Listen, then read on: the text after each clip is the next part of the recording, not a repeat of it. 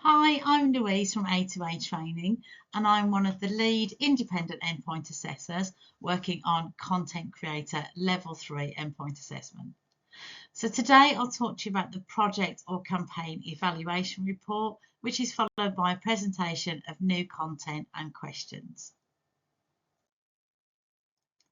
So this part of the EPA has two elements.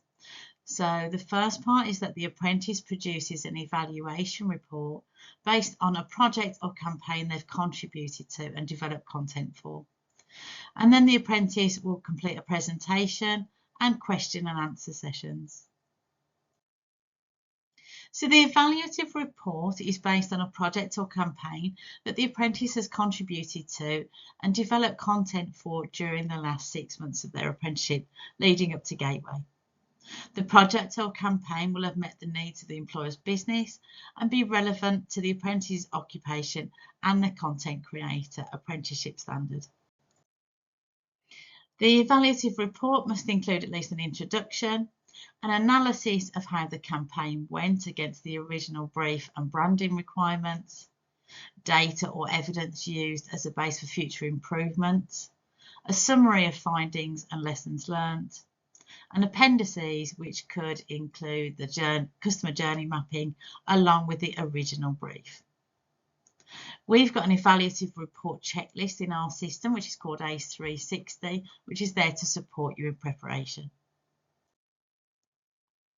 The evaluative report has a word count of 1,500 words and there is a tolerance of 10% above or below the word count.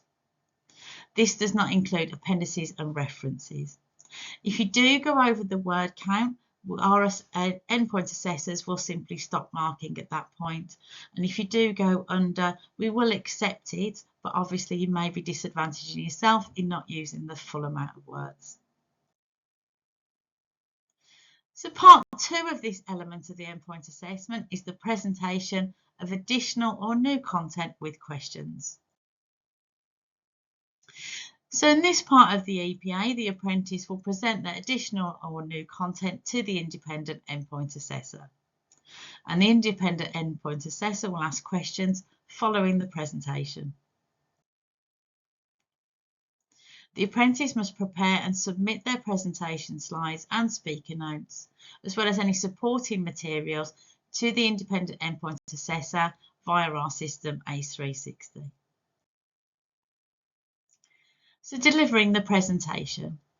On the agreed date, the apprentice will deliver the presentation with screen share facilities using a system such as Microsoft Teams or Zoom or similar. The apprentice will deliver it on a one-to-one basis to the independent endpoint assessor. And the presentation and question and answer session have a combined time of 30 minutes. There's 15 minutes for the presentation and 15 minutes for the Q&A. The independent endpoint assessor will ask at least 5 questions, but likely many more.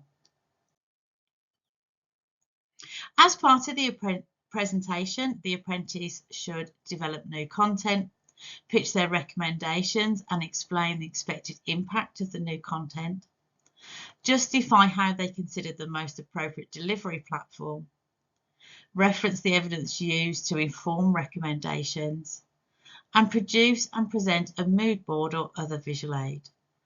They'll also produce and present planning documents such as a storyboard and outline script ideas to support the content production. They'll also describe lessons learned. And they'll submit their presentation, speaker notes and supporting materials no later than 4 weeks following Gateway. So the apprentice will need to have access to audio-visual presentation equipment and suitable IT for the day. So in terms of timescales, the independent endpoint assessor will give the apprentice 2 weeks notice of the date of the presentation with questions. This allows the independent endpoint assessor time to review work that has been uploaded. The 6 KSB areas covered by this assessment, which are marked holistically. These are interpret the brief and requirements, use of data and audience segmentation, audience behaviour in relation to platforms and channels, user journey and experience, evaluation and pitch ideas. So here we have the KSBs required and the pass and distinction criteria for each. So this is interpret the brief and requirements, use of data and audience segmentation, audience behaviour in relation to platforms and channels, user journeys and experience, evaluation, pitch ideas.